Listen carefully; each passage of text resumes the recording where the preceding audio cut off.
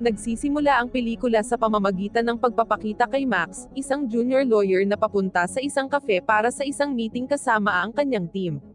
Bago magsimula ang pulong, nakatanggap siya ng video call mula sa kanyang asawang si So at sa kanilang anak na si Nancy, na nagpapahayag kung gaano nila siya nami-miss dahil sa kanyang abalang schedule sa trabaho.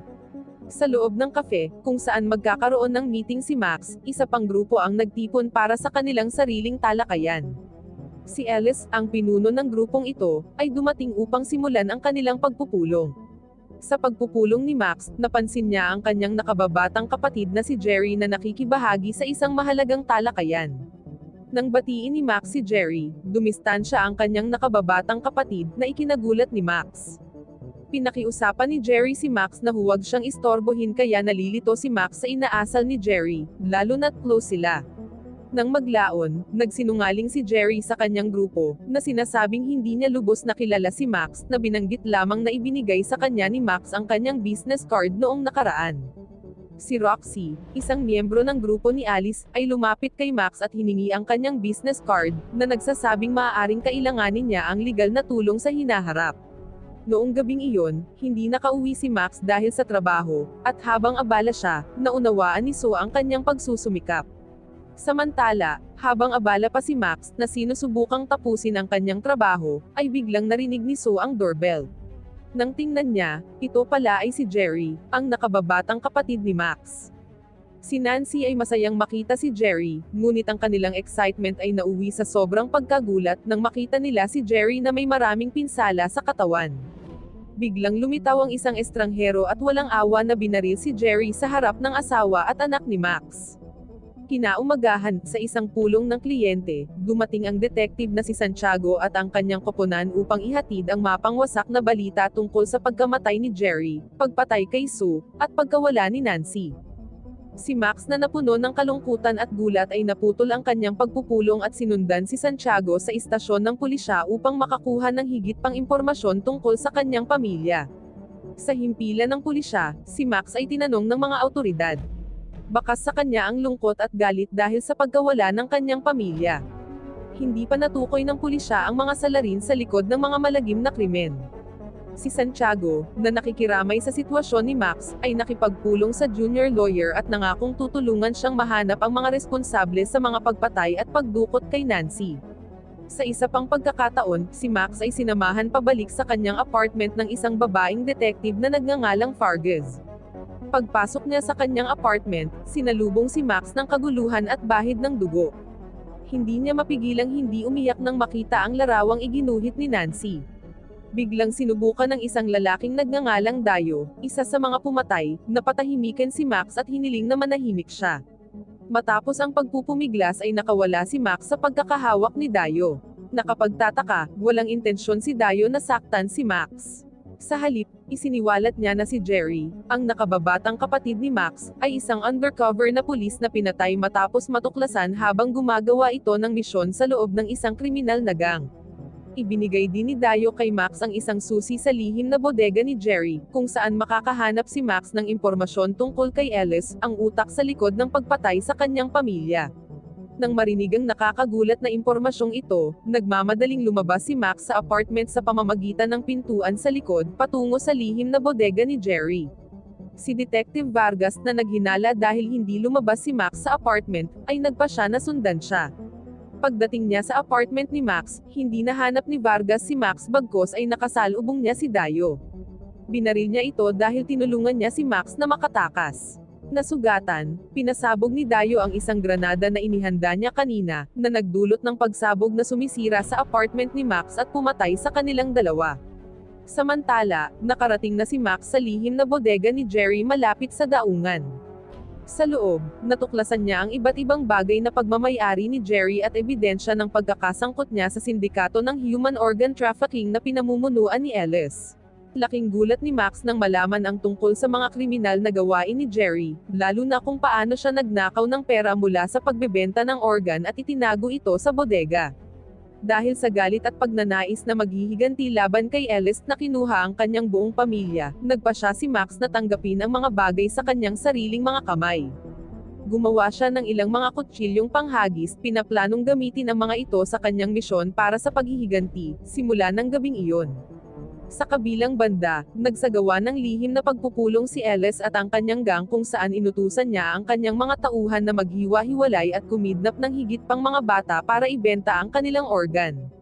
Nangangailangan pa sila ng mas maraming organ para mabenta, kahit na kinidnap na nila ang anak ni Max. Sa sobrang pagkadismaya sa pera na ninakaw ni Jerry, inilabas ni Ellis ang kanyang galit sa pamamagitan ng pagpapahirap sa isang lalaki hanggang sa mamatay. Ang kanyang mga tauhan, na sanay sa gayong kalupitan, ay nakatayo lang, na parang walang pakialam. Pagkatapos ng pulong, naghanda si Ellis at ang kanyang mga tauhan na umalis.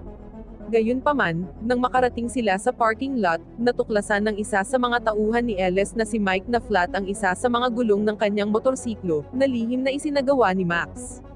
Inalok ni Ellis na ihatid si Mike pauwi at inutusan ng isa pang tauhan, si Tommy, na dalhin ang motorsiklo ni Mike sa isang repair shop. Sinunod ni Tommy ang utos ngunit huminto siya para umihi sa gilid ng kalsada, kung saan si Max, na nagmamaneho ng kotse, ay tinambangan siya ng isang panghagis na kutsilyo na inihanda kanina. Inatake din ni Max ang isa pang tauhan gamit ang isang machete, na pinatay siya. Sa ibang araw, lalong nadismaya si Ellis dahil sa perang itinago ni Jerry, na walang mga lead upang mahanap ito. Di nagtagal, dinala ng ilan sa mga tauhan ni Ellis ang isang lalaking nagngangalang Ray, na kusang loob na nakipag-usap kay Ellis na gustong kumita ng pera ng mabilisan. Si Ray, puno ng kumpiyansa tungkol sa pagiging mayaman, kumilos ng mayabang, kahit na inilagay ang kanyang mga paa sa mesa, na ikinainis ni Ellis. Kumuha si Ellis ng puti na tela at isang piraso ng plastik, at inilagay ito sa harap ni Ray. Kinuha ni Roxy ang isang matulis na bagay mula sa isang kahon, na dinala ng isang lalaking nakadilaw na kamiseta, at ginamit ito para patayin si Ray. Sa pagkamatay ni Ray, inilagay ang kanyang katawan sa plastik, at agad na naghanda ang mga tauhan ni Ellis para kunin ang kanyang mga organ. Sa ibang araw, natagpuan ni Max ang sarili sa likod ng kotseng minamaneho ng isa sa mga tauhan ni Ellis na nagngangalang Juan. Sa sobrang inis ni Juan dahil sa mabagal na pagmamaneho ni Max sa kanyang harapan. Matapos ang ilang nakakainip na busina, sa wakas ay inihinto ni Max ang kanyang sasakyan sa isang tahimik na kalye. Dahil sa inis, pinahinto ni Max ang kanyang sasakyan sa tabi ni Juan, inatake niya si Juan sa pagbukas ng bintana ng kotse gamit ang isang panghagis na kutsilyo, at walang awang hinahagisan si Juan ng kutsilyo, na tinitiyak na patay na ang kanyang target. Kinuha din ni Max ang phone ni Juan. Kinabukasan, bumalik si Max sa bodega ni Jerry upang itago ang kotse ni Juan at subaybayan ang lokasyon ni Ellis gamit ang telepono ni Juan. Naglagay si Max ng bitag sa bodega para sa mga tauhan ni Ellis na dumating para hanapin si Juan. Pagkatapos ay mag-isa siyang pumunta sa headquarters ni Ellis, tinutukan ng baril si Ellis at humihingi ng impormasyon tungkol sa kinaroroonan ni Ray. Tumanggi si Ellis na makipagtulungan, at si Junior, isa sa mga tauhan ni Ellis, ay palihim na inatake si Max mula sa likuran, dahilan upang mawalan ng malay ang abogado. Nang magising si Max, siya ay nakatali, at si Junior, ang nakabantay sa kanya, ay nag-iinit ng isang maliit na bakal para pahirapan si Max sa pamamagitan ng pagtusok sa kanyang daliri. Ibinunyag ni Junior kay Max na tinikman muna niya si Sue bago ito pinatay. Tiniis ni Max ang sakit at galit, hindi may galaw ang nakagapos niyang katawan. Maya-maya, dumating si Ellis at ang kanyang kanang kamay na si Big John para pigilan ang pagpapahirap ni Junior. Gusto ni Ellis na buhayin si Max para kunin ang impormasyon tungkol sa perang itinago ni Jerry.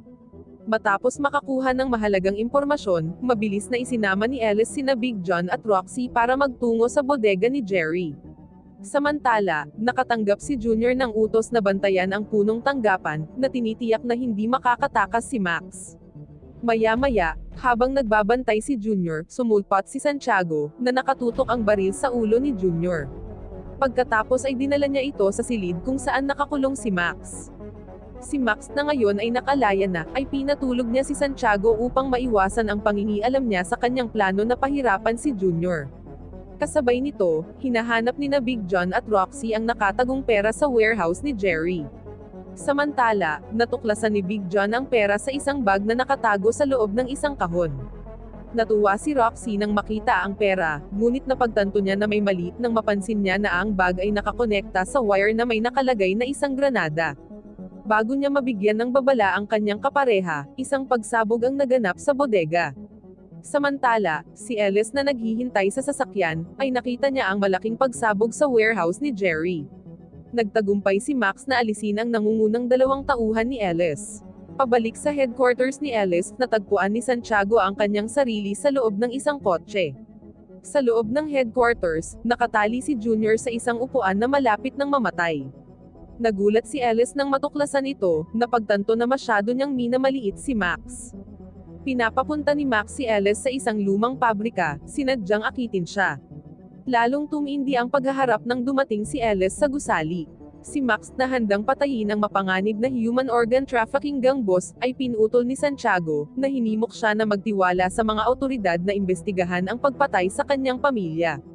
Si Max na tumangging makinig, ay ipinagpatuloy ang kanyang pagnanais na maghihiganti. Binanggit ni Santiago ang nakaraan ni Max bilang dating Marine at ang desisyon niyang maging abogado dahil sa mga kawalang katarungan, kasama na ang pagtakpan ng pang-aabuso sa kanyang ina ng kanyang commanding officer. Sinubukan ni Santiago na kumbunsihin si Max na muling isaalang-alang ang kanyang plano para sa paghihiganti. Natahimik si Max, pinag-isipang mabuti ang mga sinabi ni Santiago. Gusto na ngayon ng detective na hulihin si Ellis. Gayunpaman, biglang nagbago ang isip ni Santiago at nagpa siya na huwag hulihin si Ellis. Nakita niya si Max bilang isang taong nawalan ng pamilya dahil sa mga aksyon ng mafia, tulad ng kanyang sarili. Umalis si Santiago, pinayagan si Max na labanan ang boss ng kriminal para sa paghihiganti. Walang pag-aalinlangan, inatake ni Max si Ellis na nagsabing pinatay niya si Nancy matapos kunin at ibenta ang kanyang mga organ sa iba't ibang bansa. Bagamat lumaban si Ellis, kalaunan ay nadaig siya ni Max. Upang magtagumpay ang kanyang pagkauhaw sa paghihiganti, kinuha ni Max ang isang spike baseball bat at ginamit ito para tapusin si Ellis. Makalipas ang ilang araw, kumalat sa iba't ibang news outlet ang balita tungkol sa bangkay ni Ellis na natagpuan sa isang pabrika, kabilang ang telebisyon. Kahit na ang hepe ng pulisya ay alam ang tungkol dito. Gusto ni Santiago na tulungan si Max na pagtakpan ang kanyang ginawa, kaya iminungkahi niyang umalis muna si Max sa bansa. Sa huling eksena ng pelikula, bumalik si Santiago sa kanyang bayan sa Mexico upang gumugol ng oras sa kanyang pamilya. Ngunit pagkatapos ay nakatanggap siya ng isang biglaang mensahe mula kay Max na naging hitman upang maghanap ng hustisya. Humingi ng impormasyon si Max tungkol sa mga kriminal na gusto niyang alisin. Si Santiago ay nasa sabik na tumulong at ibinigay kay Max ang mga pangalan ng mga kriminal na kumikilos pa rin at kung saan sila mahahanap. Ang moral na matutunan sa pelikulang ito, ay kapag hinahagisan ka ng kutsilyo sa buhay, huwag mong itapon pabalik at laging magtiwala sa detective na nakakaalam ng pagkakaiba ng hustisya at paghihiganti. Wow naman! Doon nagtatapos ang pelikula mga idolo, salamat sa inyong panonood.